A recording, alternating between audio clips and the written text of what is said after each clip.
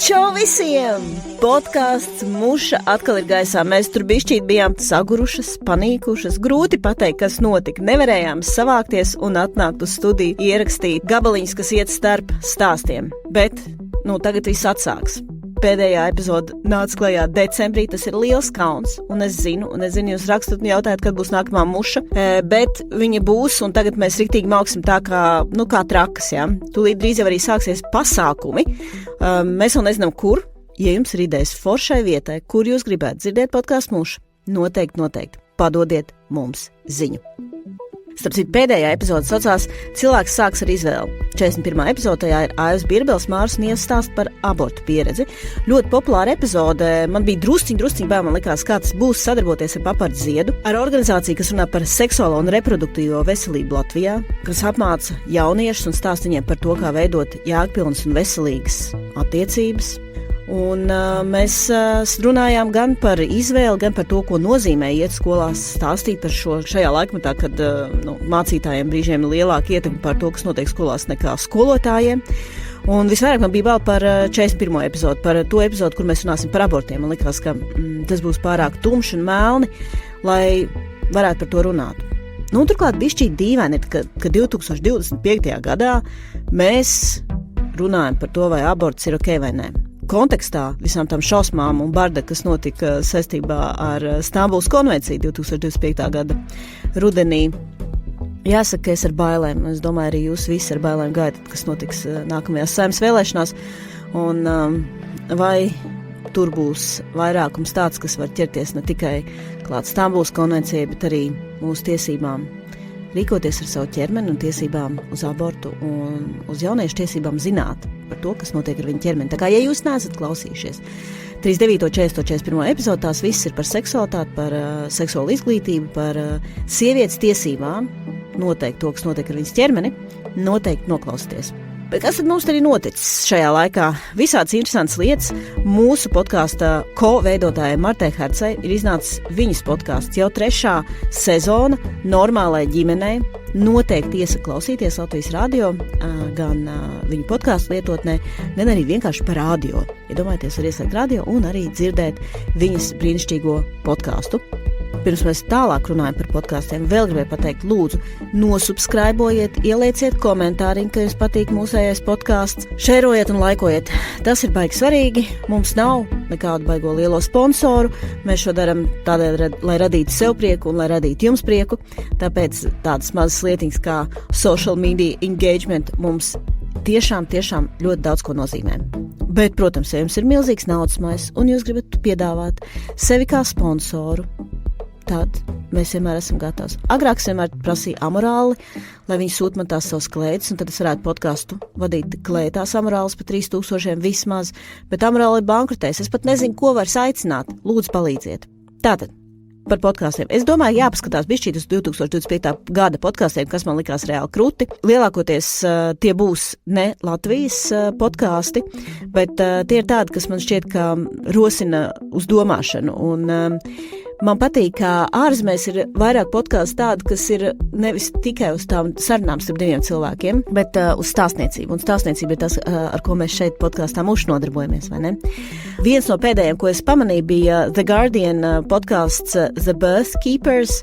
Tas bija par tādām influencerēm, kas tēlo vecmātes, nav īsti skaidrs, vai viņas ir vecmātes vai ne, un ir savarvējuši gan ASV, gan vispār visā pasaulē sievietes uz to, ka vajadzētu dzemdēt brīvi.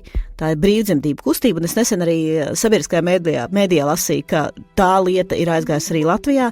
Tātad tās ne tikai mājdzemdības, bet tu vienkārši pilnībā neesi ārstu uzraudzībā, netaisi nekādus testus un dzemdē, tā kā to darīja mūsu vecmāmiņas, iespējams, tā kā vienkārši tāpat piedzemdē. Un tie bērni mirst, un sievietes ir slimas, un vispār tas viss ir ļoti traki. Noklausties noteikti šo Guardian podcastu. Vēl viens, ko es noklausījos, noteikti iesaku piesakoties The New Yorker, viņiem saucās tāda podcastu sērijas, saucās In the Dark. Viņiem ir tāda, kas saucās Blood Relatives, kas ir par tādu ģimeni, kur nav īsti skaidrs, kāds nogalina sievu un bērnus, un cietumā ir brālis. Nav īsti skaidrs, kas tur ir noticis, un vai tas cilvēks ir cietumā tādēļ, ka viņam tur ir jābūt, vai tādēļ, ka vienkārši ir homofobija un mazpilsēta, kur visiem ir viedokļi par cilvēkiem. Noteikti iesaku noklausīties Blood Relatives. Vēl viens podcasts, stāstniecības podcasts, kuru es gribētu, lai jūs noklausieties, ir Alison After Nexium. Nezinu, vai jūs esat redzējuši Nexium seriālu Netflixā. Tas ir stāsts par Holivudas kultu un briesmīgas lietas, tur kā jau katrā kultā notika ar sievietēm tieši. Viņas tika badinātas, viņas tika spēcīgi kontrolētas, un, protams, ka tur bija arī seksualizēta vardarbība. Un Alisona ir tikko izcietusi sodu, ir ārā no cietuma, un žurnālisti ar viņu runā, un ļoti interesanti paklausīties. No tās puses, ka viņa šo podkāstu neveido, lai pastāstītu, ka īstenībā viņa nepie kā nav vainīga. Viņa diezgan skaidri zina, ka viņa ir vainīga, bet vispār tās no žurnālistikas puses arī interesanti. Vai mēs gribam dzirdēt varmāku perspektīvu? Liels jautājums. Nu, un, protams, klausos vienmēr Louisu Theroux. Viņam tagad ir Netflix superīga dokumentālā filma par manosfēru, ko noteikti daudz redzējuši. Un par manosfēru runājot, ap citu, man šķita, ka viens no labākajiem komentāriem par to ir, ka sievietes par šo jau tā kā runā gadiem, bet beidzot vīrietis ir pateicis, ka kaut kas īsti līdz galam nav kārtībā ar to manosfēru un ar to Red Pill Society. Un visi cilvēki, wow, jā, mums nekad tas nebija ienācis prātā. Ja jau vīrietis to saka, tad tā ir patiesība. Bet Louisam Theroux ir arī podcasts, tā arī saucās Louis Theroux podcasts, kurā ir ļoti garas sarunas ar cilvēkiem, un parasti tiešām var redzēt, kāda veida tas cilvēks ir pēc sarunas ar viņu. Viņš ir arī tāds interesants intervētājs, bišķīt atgādina Ilmāru Šlāpinu, kas jūtas komfortabli klusumā. Es personīgi nejūtos īpaši komfortabli klusumā, es nezinu, kā jums. Bet tā esot lieta, ko vajagot, trenēt un mācīties. Nu ko, sāksim mūsu podkāsta stāstu krājuma atklāšanu. Šī epizode saucās Laba māma. Mēs nolēmām, ka vajadzētu pišķīt arī kaut ko pozitīvu. Lai gan jūs zinat, podkāstā muša pat pozitīvajām lietām ir tādas maziņš karoziņš. Un mums ir priekšā brīnišķīgi 3 stāsti, kur stāsta 3 brīnišķīgas sievietes. Un tie visi būs par to, ko nozīmē būt labai mammai. Viena lieta, ko es esmu sapratis, ir, ka tu nekad nebūsi gana laba mamma. Mēs visas uzliekam sev pārāk lielu slogu, mēs pārāk daudz no sevis gaidām, un arī sabiedrība no mums pārāk daudz gaida. Un pat tad, ja mēs tajā neklausāmies, mēs vienmēr redzam, ko mēs varējām izdarīt labāk. Un viena no lietām, kas man pašai labāk patīk, ir tas, ka mēs vienmēr nosolāmies, ka mēs nekad nebūsim tādas kā mana mamma. Nu, kā tava mamma, kā sava mamma. Jūs sapratāt, ko es domāju. Un viens brīdis ir tāds, kurā tu kaut ko bērnam pasaka un domā pats. Tā esmu es. Es pateicu to, ko mana mamma teica. Nu tā, kas ir briesmīgākās lietas, ko jūsu mammas jums ir teikušas? Mana mamma man beidz teikt tā kā, no kurienes tev rokas aug, no dirsas? Un pavisam nesen man meita šādu lietu sāk teikt, un es jautāju, no kurienes tu šo dzirdēsi? Toč, nekad neesmu tev to teiks. Viņa saka, tik foršs teiciens. Šito mēs ar draudzenēm vienu otrai sakām. Tā kā redziet, tā kultūra tomēr ienāk tajā ģimenē, jebkādos dažādos veidos. Pirmais stāsts ir stāsts, ko mēs ierakstījām brīnišķīgajā siltumnīcā Āgenskalna tirgū. Paldies Āgenskalna tirgum, ka jūs mūs vienmēr pieņemat un esat ļoti, ļoti laipni un jauki pret mums. Tā ir arī tiešām brīnišķīga vieta, kur vasarā un pavasarī es nevaru sagaidīt, kad varēsiet sēdēt siltumnīcā un vispār Āgenskalna tirgū un ārā. Tas būs rītīgi forši. Pirmo stāsta Olga Dragiļeva, un to mēs nosaucām Diena, kad es biju slikta mamma. Vispār Džemma mani aicināja piedalīties mušā tad, kad mušas vēl nebija. Mēs satikāmies Roketbīna terasē, es vēl biju savā bērnu kopšanas atvaļinājumā. Un Džemma stāstīja par to, ka lūk, viņa ir ideja par podcastu, kur cilvēki vienkārši dalīsies ar saviem stāstiem. Es viņai to neteicu, bet tad es padomāju, kaut kāda jocīga figņa, kurš to klausīsies. Bet, tā kā jokes on me, es tiešām gaidu katru epizodi nemazāk kā kaut kādu Netflix seriālu. Un es ātri vien sāku domāt par to, ko tad es varētu izstāstīt par sevi.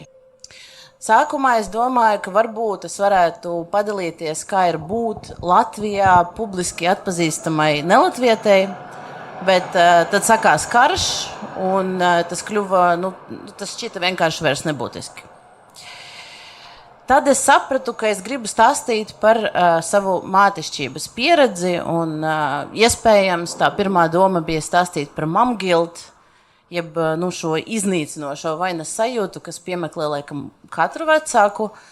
Man šķiet, ka vairāk mammas, bet iespējams, ka tēvi vienkārši par šo mazāk runā. Un tas viss apstājās brīdī, kad vienu dienu es nolēmu pierakstīt visas tas reizes, kad tad es izjūtu to vainu sava dēla priekšā. Un es piekusu kaut kur ap pusdienlaiku, kad es jau ierakstīju šajā garajā sarakstā, ka es jūtu vainas sajūtu par to, ka man ir vainas sajūta. Tā šī ideja par mušas stāstu tika atlikta līdz 1. augusta dienai pavisam nesen, kad es to izdarīju, kad es uzkliedzu savam bērnam. Un vienlaikus ar to vainas sajūtu, protams, es padomāju, par šo es varētu pastāstīt. Tā sajūta man bija briesmīga par to, ka es pievēršos ne tikai bērna mierināšanai, bet šādām te fantāzijām egoistiskām, bet te es esmu. Un es domāju, ka katram vecākam ir idejas par to, ko tu nedarīsi tad, kad rūpēsies par savu bērnu. Galvenokārt, lai neatkārtotu savu vecāku kļūdas un nenodarītu sev to traumu, ko tev ir nodarījuši. Es vienmēr zināju, pirms es nopirku pirmo grūtniecības testu, es zināju, ka es uz savu bērnu nekliekšu. Un te man ir pierakstīts, cik es noturējos. Es noturējos 4 gadus, 3 mēnešus, 2 nedēļas un 6 dienas. Tas bija grūti, jā. Bet tas notika. Un smieklīgākais ir tas, ka tajā brīdī, kad tas notika, es jau procesā zināju, ka es esmu tādas klasiskās kļūdas virsū, par ko raksta visās tajās psiholoģijas grāmatās, ko tu lasi, kad tev ir mazs bērns vai tu gatavojies kļūt par vecāku. Es zināju, ka katram bērnam ir savs temps. Ka ja viņam vajag tas fucking 10 minūtes, lai pašam vilkt tas fucking kēdes kājās, tad tev vienkārši ir jāierēķina tas laiks un laikus jātaisās ārā no mājas. Bet es to neizdarīju. Tā vietā pusstundu pirms mūsu paredzētas izbraukšanas es vēl pat nebiju gājusi dušā. Un, protams, manas iecerētajā laikā mēs nebijam pat tuvu, lai viņš apsēstos uz sava diptaba, aizpogātu ķiveri, un mēs dotos tikties ar manu draudzeni. Un, protams, ka mēs kavējām, un es biju dusmīga. Un dusmas pastiprināja fakts, ka beidzot tajā brīdī es biju tik tuvu tam, lai satiktos un aprunātos ar kādu pieaugušo cilvēku, jo mans vīrs ir ārpus Latvijas šobrīd. Bērns pēc 3 dienām dārziņā bija saķēris covidu, un veselu nedēļu mēs bijām diennakti vienkārši 2 kopā, ne izolācijā, bet nešķirami. Un tas brīdis, kad es biju tik tuvu pieaugušo sarunai, attālinājās, jo mēs kavējām. Un es zināju, ka tā bija mana atbildība. Bet viņš visu darīja tik lēni un neļāva man palīdzēt, jo, protams, pats. Sākumā bija jāiziet uz tualeti un jānomazgā rokas, bet tad ir drāma, jo uz jau noskalotajām rokām bija palikušas ziepes. Tad bija jāvelk bikses, tur arī drāma, jo biksēm vajadzēja būt atpogātām iepriekš, lai viņam pašam viegli uzvilkt. Es atpogāju, bet tas arī nederēja, jo viņš esot gribējis atpogāt pats. Tad bija zeķes. Zeķes ķērās kāju pirkstos. Man viņš palīdzēt neļāva, bet pats viņš, protams, ka galā netika ar šo situāciju. Un botas pretēji viņa protestiem es jau uzvilku pati, un tajā brīdī es biju dusmīga tik ļoti, ka es nekā nevarēju trapīt uz īsto kāju. Es vilku un pārvilku, un jebkurā gadījumā kreisā kēde bija uz labās kājas, un labā kēde bija uz kreisās kājas. Un tad tajā brīdī es uzkliedzu. Es īstenībā vairāk tā kā uzrūcu no dusmām. Tas bija diezgan skaļi, un es redzēju, ka viņš nobijās. Viņš saka raudāt. Es atvainojos, un es izskaidroju, ka es esmu dusmīga patiesībā uz sevi. Tajā brīdī manā arī tobrīd jau neracionālajā prātā viņam jau vajadzēja tā kā visu saprast, ieiet manā situācijā, pielāgoties man un sākt darīt lietas normāli. Bet, protams, ka tas nenotika, viņš ir 4-gadnieks, un bija vēl kaut kāda aizķeršanas, kaut ko viņam vēl vajadzēja, un vēl kaut ko nesaprotamu lūdza vai prasīja. un tad es jau uzkliedzu pašam bērnam. Tā tik un tā nebija tā kliegšana, kuru es negribēju pieļaut un zināju, ka es negribu atkārtot. Bet man jau bija tas pa daudz, un arī viņam tas bija pa daudz. Un, protams, ka tikšanas ārā progresu no mājas šis nesekmē. Jo mēs kavējam vēl vairāk, un kādu laiku mēs sēdējām apskavušies uz grīdas. Es mierināju Āronu un vēlreiz lūdzu viņam piedošanu. Viņš lūdzu man apsolīt, ka es nekad to vairs nedarīšu. Es mēģināju skaidrot, kāpēc es biju dusmīga, ka pieaugušajiem nevajadzētu kliegt uz bērniem un ka viņš nav ne pie kā vainīgs. Es patiesi savām acīm redzēju, kā šī atvainošanās un skaidrošana dziedē viņu, kā viņam no acīm pazūd bailes un kā viņš atslabinās un pazūd tā spriedze. Un es zināju tajā brīdī, kad es uzkliedzu, viņš ticēja, ja mamma kliedz, tad viņš to ir pelnījis. Un pie reizes es arī atcerējos, ka no paša rīta es neesmu izdzērusi nevienu glāzi ūdens, kas arī visās grāmatās ir rakstīts. Ja dusmojies uz bērnu, sākumā pārbaudi, vai pats neesi izslāpis vai izsalcis. Viņš jau pēc pusstundas bija laimīgs bērns, kurš spēlēja speļu laukumā un teica, ka mīl mani. Es, protams, tajā brīdī sajūtos, ka neesmu šo mīlestību pelnījusi. Jo mēs jau zinām, ka bērni mīl visbriesmīgākos vecākus, un es tajā brīdī sajūtos, ka es esmu tāda. Bet, kad vakarā es paveicu neiespējamo, noliku viņu gulēt pirms 10, biju validējusi vairākus vēl emociju izvirdumus, ieskaitot par to, ka ūdens krānā ir vienkārši augsts, nevis tā kā ledus augsts. Tajā, kad es šo izturēju, tad es sapratu, ka varbūt pavisam sūdīga māte es tomēr neesmu. Un kopumā es esmu cilvēks, kas cenšas maksimāli nekļūdīties un izdarīt visu perfekti. Šādi ir diezgan sāpīgi dzīvot, un tas kļūst pavisam neciešam brīdī, kad tev parādās bērns, jo tur nekāds perfekti un nekļūdīties nesanāk. Tas rezultējas ar tādu pamatīgu trauksmi, un tā ļoti barojās no kaut kā, kas ir nezināms. Un šī neziņa, kā tas būs, vai es izturēšu un neuzkliegšu, tā tiešām mani baroja ļoti to trauksmi.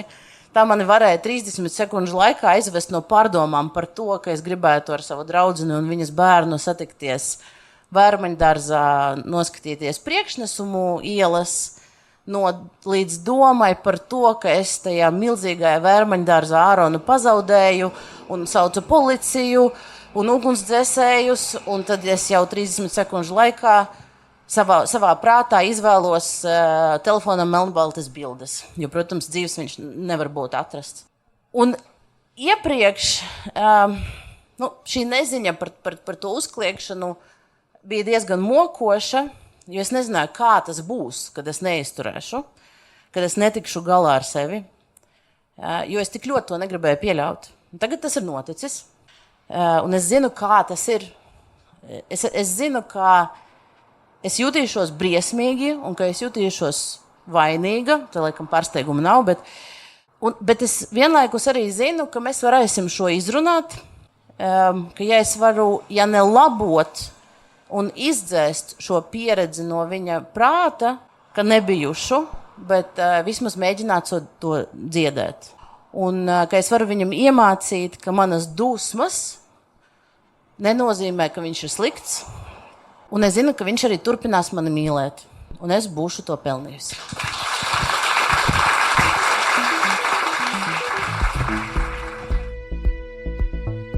Paldies, Olga, ka tu dalījies. Tu neesi slikta māma, tu esi brīnišķīga māma. Un daudzi no mums gribētu sev tādu māmu. Vai tad, kad es tevi vēroju, tad es domāju, ka es gribētu būt vairāk kā tu, bet ir forši arī tas, ka mēs spējam reflektēt par to, kurā brīdī, kas ar mums notiek mūsu prātos un cik grūti īstenībā ir būt kopā ar mazu bērnu un cik daudz tas prasa no tevis emocionāli, arī fiziski. Bet dažreiz mēs ņemam bērnus līdz uz darbiņu. Tādas lietas mēdz notikt. Nākamo stāstu stāsta Daina Lāriņa Rauda, un tas saucas Būs sūdi. Pārsvarā Es savā dzīvē jūtos laimīga. Un ar to es domāju, ka, protams, kā visiem manā dzīvē ir grūtības un problēmas, bet ikdienā backgroundā es jūtos laimīga. Un uz problēmām es skatos kā uz iespēju kaut ko uzlabot, atrisināt, attīstīties, vai arī es vienkārši disasociēju. Who can tell? Esmu visu līdzinējo dzīvi dzīvojis tādā laimes burbulī, kur viss ir forši, labi un viegli. Nekas nav grūti, bet strādājot ar sevi terapijā jau ilgāk kā 5 gadus, diezgan nesen es sāku atzīt, ka dzīve var būt un arī reizēm ir grūta. Viens no tiem grūtiem stāstiem šodien būs, varbūt grūtiem, nezinu, who can tell. Vai jūs ticat nejaušībām vai liktenim, sakritībām? Agrāk es ticēju nenormāli, fanātiski. Visur saredzēju sakritības, zīmes, uzskatīju, ka visi pārdarītāji saņems pēc nopelniem. Nejaušību nav, viss ir liktenis, vienādie cipari pulkstenī, ko sauc par eņģeļu skaitļiem, pareģojoši sapņi, pulksteņa apstāšanās cilvēka nāves brīdī un īstās lietas uzrodas īstajā brīdī un tā tālāk. Starp citu, tās sauc par sinhronitātēm. Šo terminu radījis Jungs, skaidrojot, ka tās ir nozīmīgas sagadīšanās, jeb parādības, kurās 2 vai vairāk atsevišķas un savstarpēji nesaistītas pieredzes norisinās vienlaikus un šķiet savstarpēji saistītas, lai gan nav pierādījumi, ka starp tām pastāvētu kādas sakritības. Cilvēki mēdz šos notikumus uztvert kā zīmes vai piešķirt tām garīgu nozīmi. Jungs lēsa, ka visums nedarbojas tikai pēc cēloņu un seku principa, bet ka ir vēl kāds sekundārs darbības princips, no kura tad izriet sinhronitāte. Zinātne, protams, netic sinhronitātēm. No zinātnes skatu punkta tās ir vienkārši sakritības, kam cilvēka nozīme piešķir paši savu domāšanas īpatnību dēļ. Jo cilvēki neapzināti meklē informāciju, kas atbalstītu viņu idejas, un ignorē informāciju, kas tās apšauba.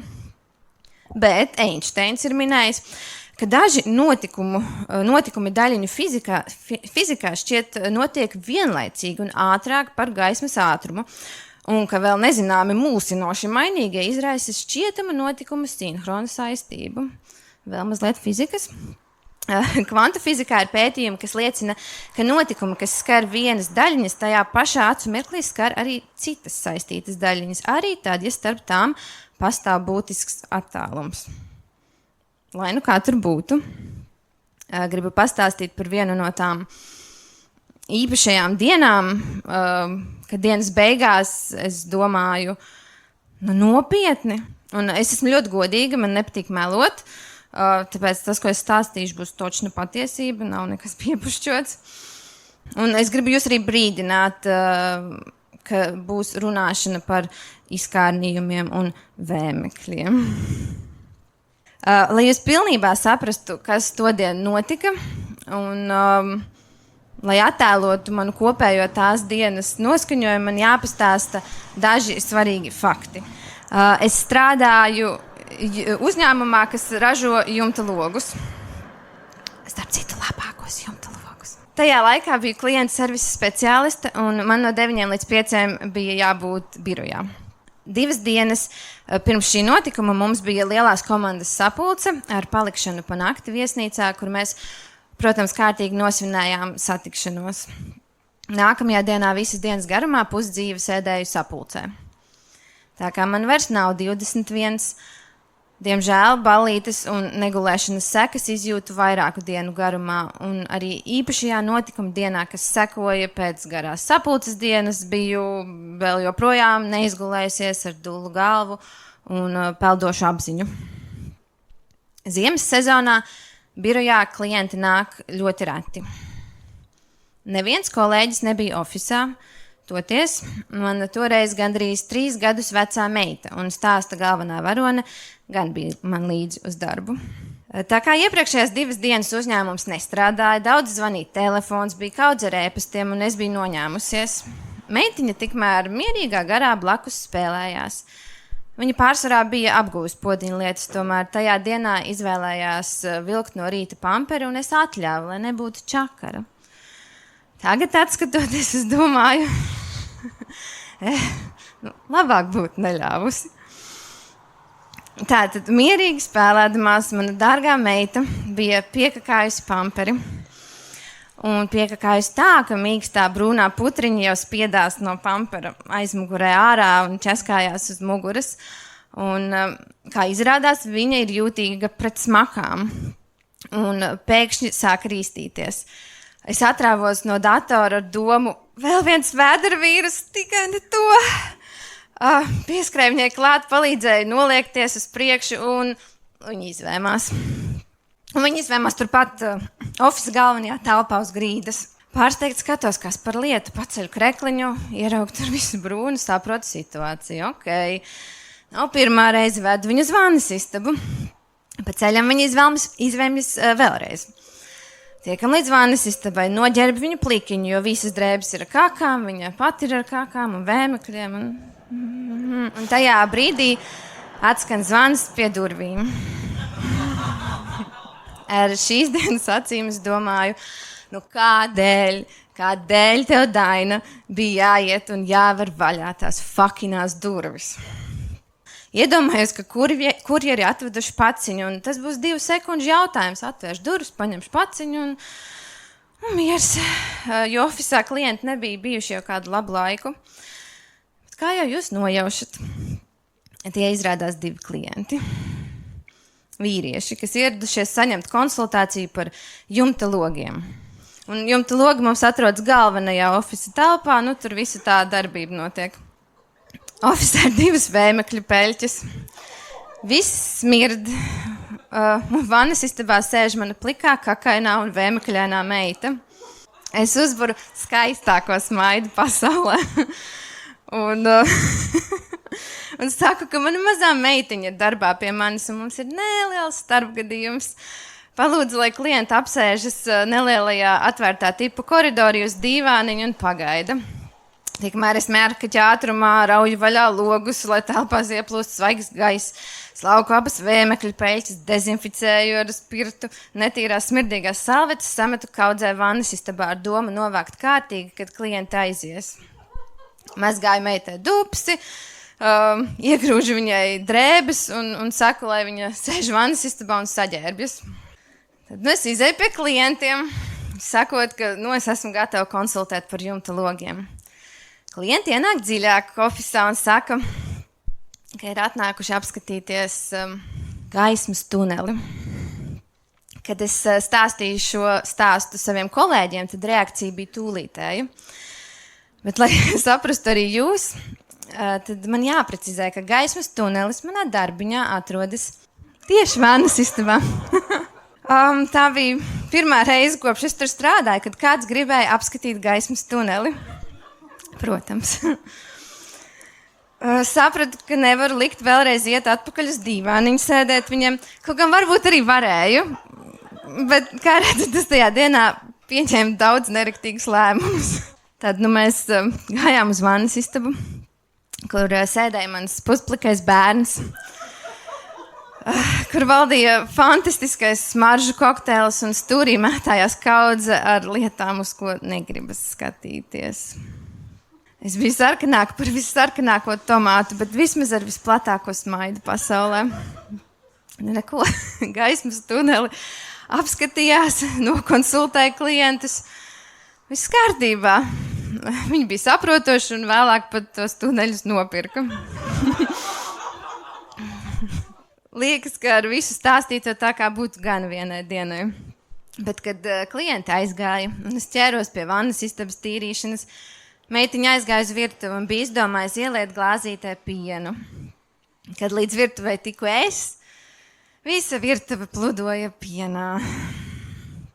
Pasakiet man, sakritība, Mērfijs, sinhronitāte. Kā? Kā ir iespējams, ka tas viss notika reālajā dzīvē? Paldies!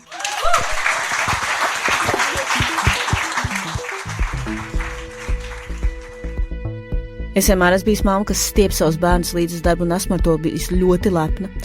Tad, kad man piedzima pirmā meita, es viņu ieliku slingā un gāju taisīt Sabiedrības integrācijas fonda atskaites.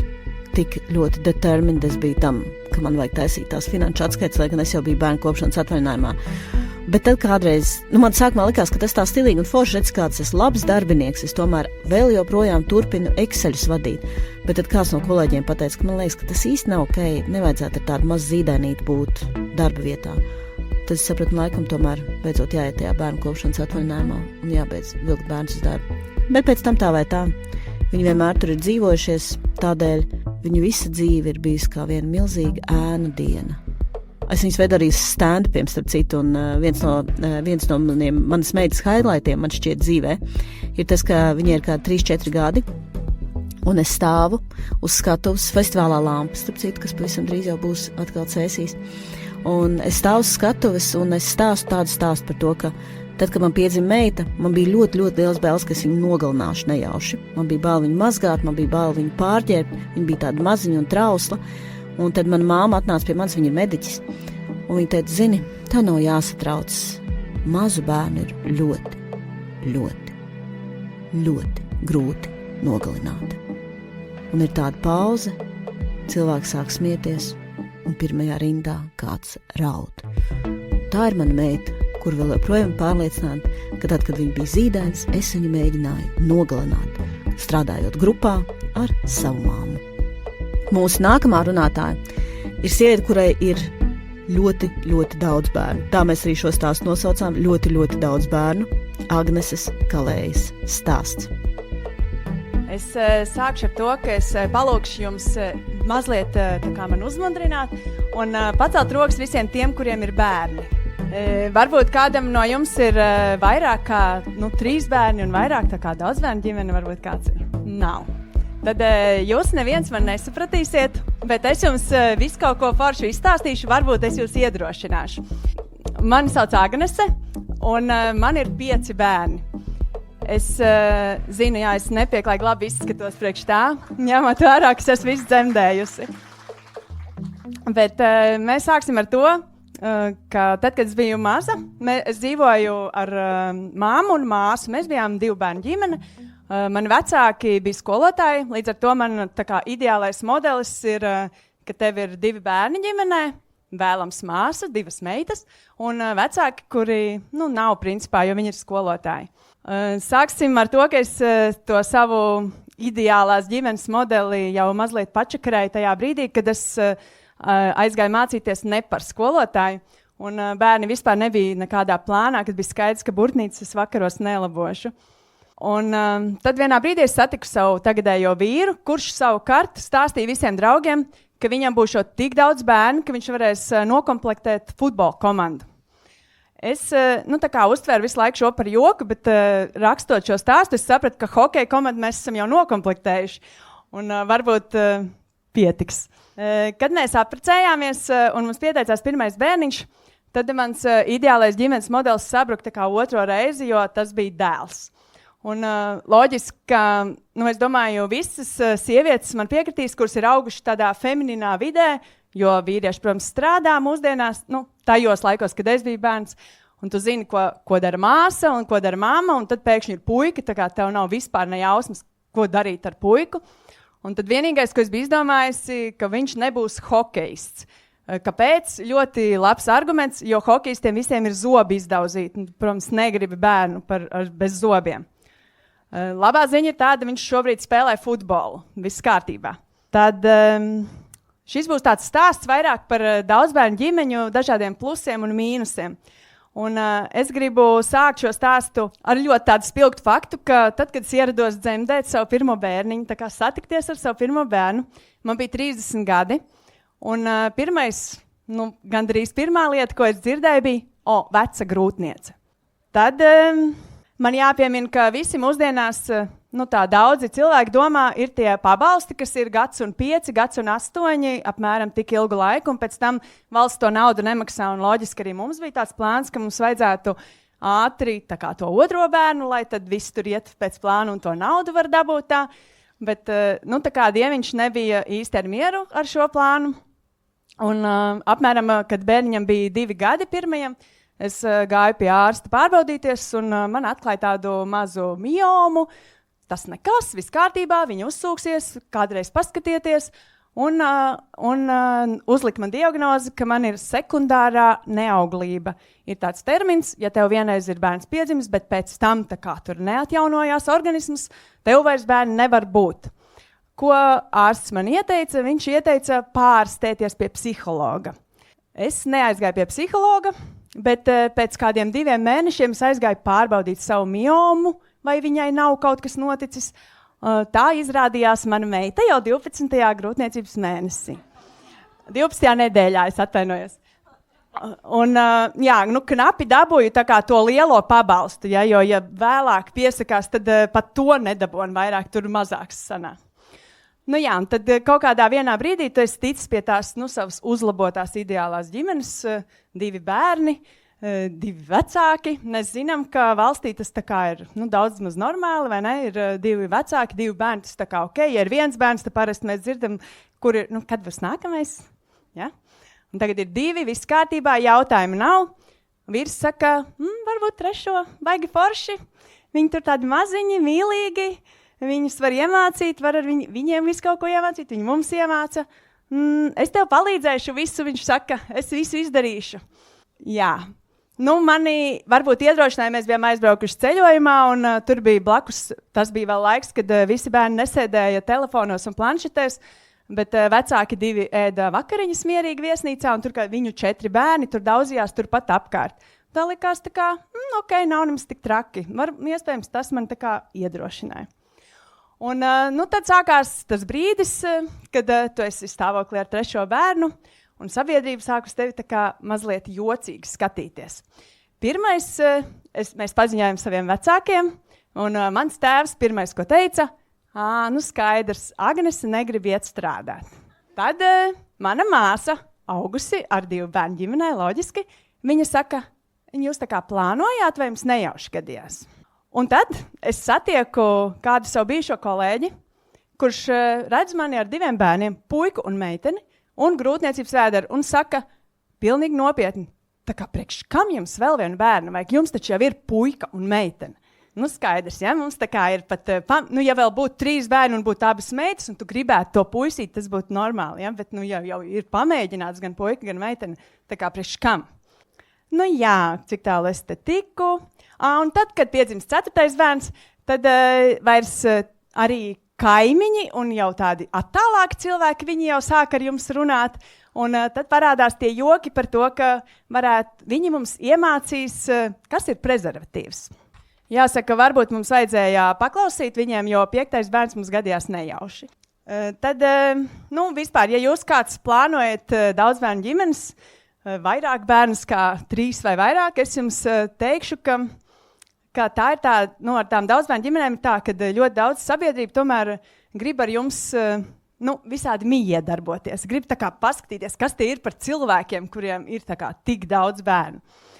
Var saprast, ka ja ir, piemēram, 4 un vairāk bērni, jūs esat principā slavenība.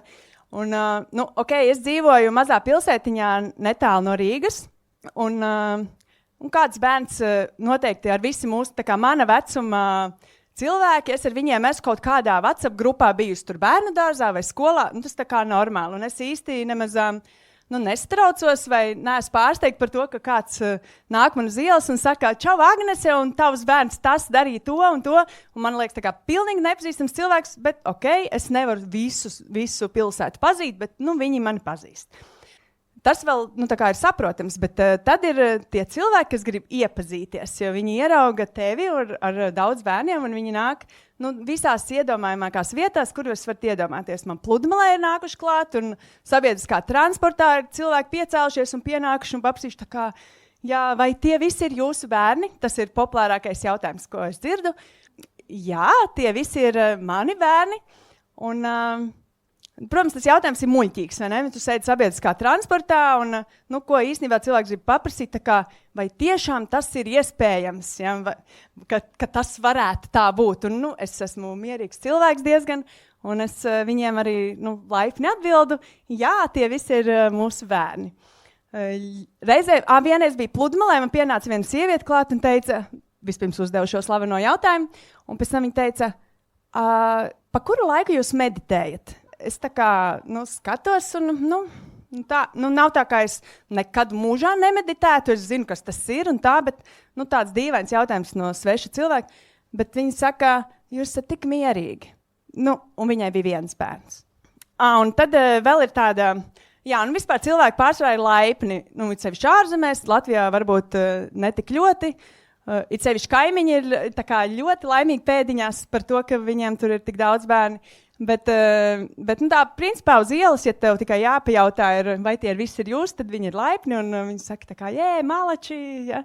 Un ārzemēs, protams, vēl labāk, un tā mēs vienreiz esam Tenerifē, mēs staigājam tur pa promenādī, tur nāk pretī kāds kungs, un viņš ļoti, arī tā kā, angļu valodā, vai tie visi ir jūsu bērni, un es kā vienmēr tā kā, jā, tie visi ir mūsu bērni, un jau grasos iet tālāk, viņš tā kā apstājās man priekšā, pieliek roku pie demiņiem, ļoti parāda man tādas grozainas kustības čuk, nosauc mūs par idiotiem, un tad skaidrā angļu valodā saka, tā kā pilnīgi nenormāli cilvēki vispirms sadzemdē tik daudz bērnus, un tad vazājās pa pasauli apkārt.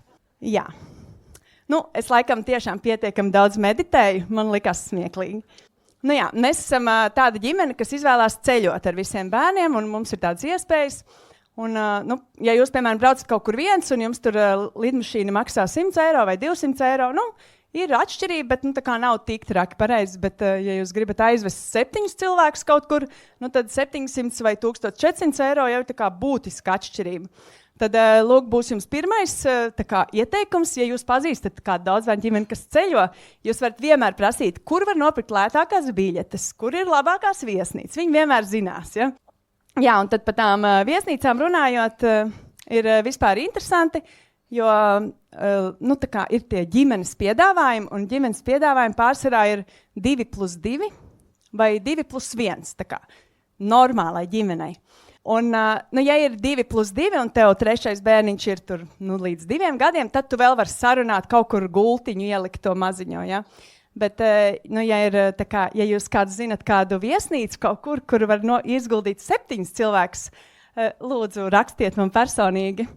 Un tad arī ļoti interesanti, pirms 2 gadiem man, 5. bērniņš bija nesen dzimis, viņam pat nebija gadiņš, un mēs domājām, ka varētu izbaudīt to Ēģiptes braucienu, ja, tā kā uz siltajām zemēm kaut kur aizbraukt un tā. Un Novatūrs ir tāda ļoti forša akcija. Toreiz viņi saucās Bērni brauc pa 1 eiro. Šobrīd es paskatījos, pārbaudīju, bērni brauc pa brīvu. Es neesmu tā kā pilnīgi naiva, un es saprotu, ka tas nav, ja tev tur ir 20 bērni, viņi visi pa brīvu brauc. Loģiski, es paskatos noteikumos, un tas nozīmē, ka 2 pieaugušie maksā, un 2 bērni brauc pa brīvu. Vienalga es varu ietaupīt, ja es samaksāšu par tiem 3 bērniem un 2 pieaugušiem. Es rakstu Novatūrsam, ka mēs ņemsim šo piedāvājumu, lai viņi tur pierēķina, cik par tiem 3 bērniem jāmaksā. Ko viņi atbild? Mums ir numuriņi 2+2. Piedāvājums attiecās 2 pieaugušie, 2 bērni. Jūsu tajā kompānijā nav iespējams paņemt 1 numuriņu, tātad jums jāņem 2 numuriņi, bet jums nav 4 pieaugušie. Tas nozīmē, jūs maksājat par visiem pilnu summu. Vai atstājat 3 bērnus mājās? Nē, mēs tā neizdarījām.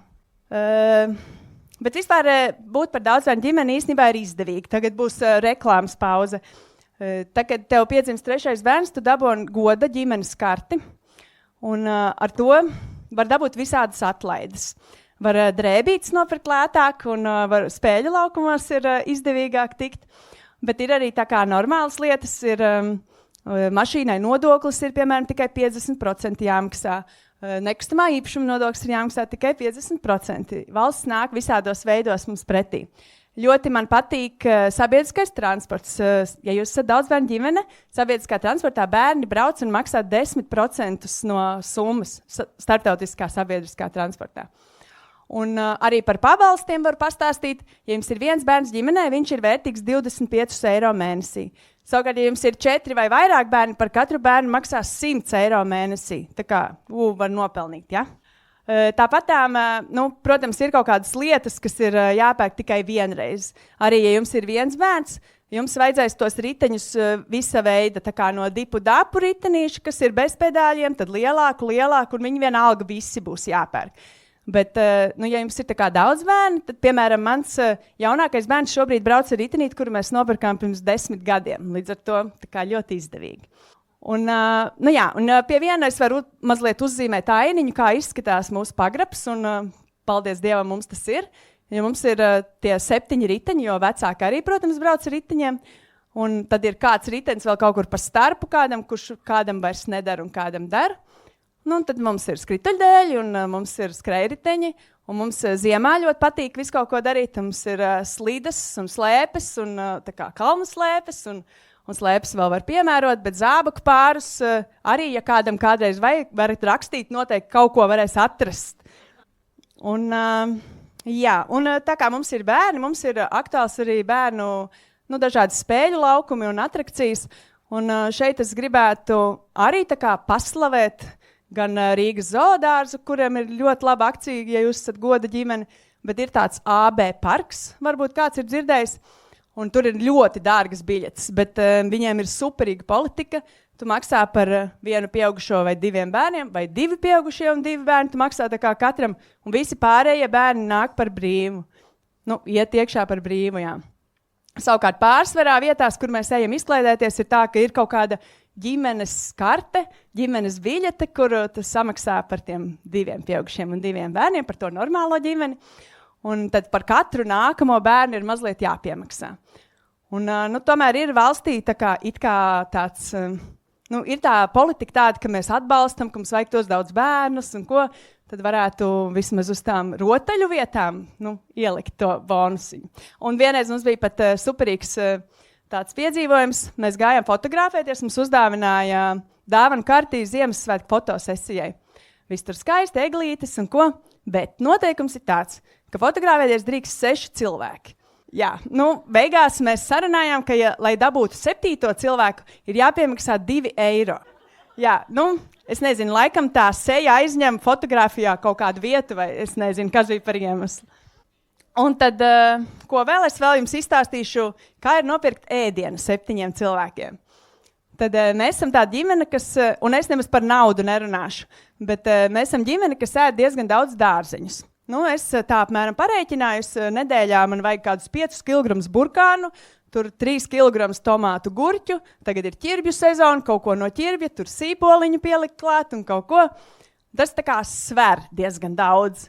Es varbūt tāpēc tik labi izskatos, bet reizēm es tomēr izmantoju, ir Rimī veikalam, ir e-veikals. Viņi forši atved pie durvīm, reizēm gan pukst, ka jāienes iekšā. Es dzīvoju 1. stāvā.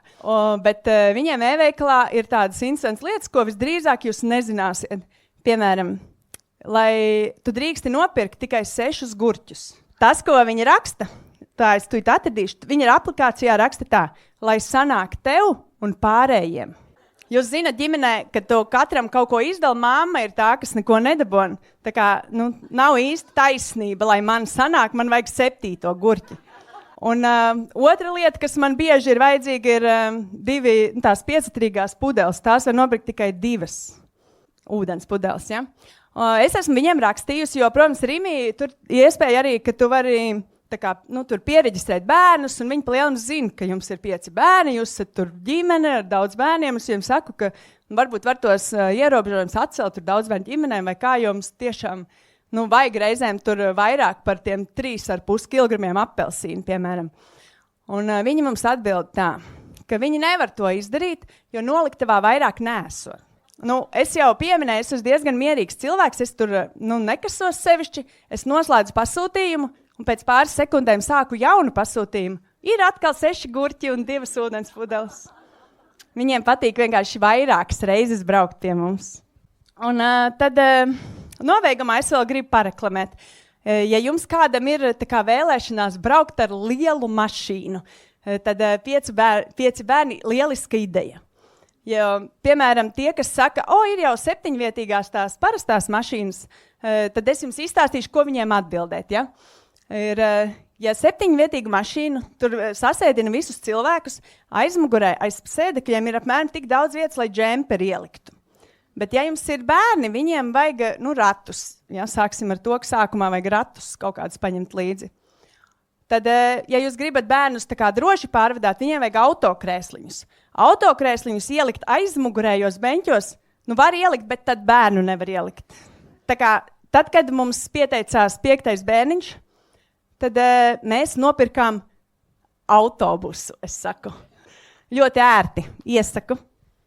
Un, es mēģināju šodien jums ieskicēt visādas lietas, ar ko saskarās daudz bērnu ģimenes, un vairāk tā kā tādā satīriskā veidā. Bet patiesībā tad, kad man cilvēki prasa, vai tie visi ir jūsu bērni, nākamais jautājums ir, kā jūs tiekat galā. Un tad es parasti visiem saku un teikšu arī jums, ka nav jau tā, ka viņi piedzimst 5 uzreiz, vismaz mūsu gadījumā. Viņi nāk tā kā pa vienam. Vispirms viens piedzimst, un tad ir visas tās šausmas, ko mēs katrs zinām, kad ir viens bērns. Tad piedzimst otrs, tad ir vēl lielākas šausmas. Bet tad piedzimst 3, un pēkšņi ir tā kā vieglāk, jo tie lielie spēlējās, un tu jau esi tā kā eksperts bišķiņ jau tajā mammu jautājumā. Un līdz ar to viņi tur tā kā paši kaut kur aug un paši kaut ko dara. Un vēl viena lieta ir tā, ka, ka tas tikt galā arī tiek mazliet tā kā pārspīlēts. Es teiktu, ja sevišķi ir viens bērns, tad tur tiešām ir jātiek ar visu galā. Bet patiesībā tev tas laiks ir tieši tik, cik tev ir, un tu vari pievērsties katram bērnam tik, cik tu vari. Un līdz ar to tas tikt galā arī krietni samazinās. Un tie bērni, viņi ir pieskatīti, viņi ir apģērbti, viņi ir pabaroti, bet viņi paši dzīvo savu dzīvi, mācās savu dzīvi un var viens par otru parūpēties un ir ritīgi forši. Un vēl visi kaimiņu bērni noteikti apskaudīs jūsu bērns, ja jums būs daudz bērnu ģimene. Viņi saka apmēram tā, laimīgie, viņiem vienmēr ir ballīte. Paldies!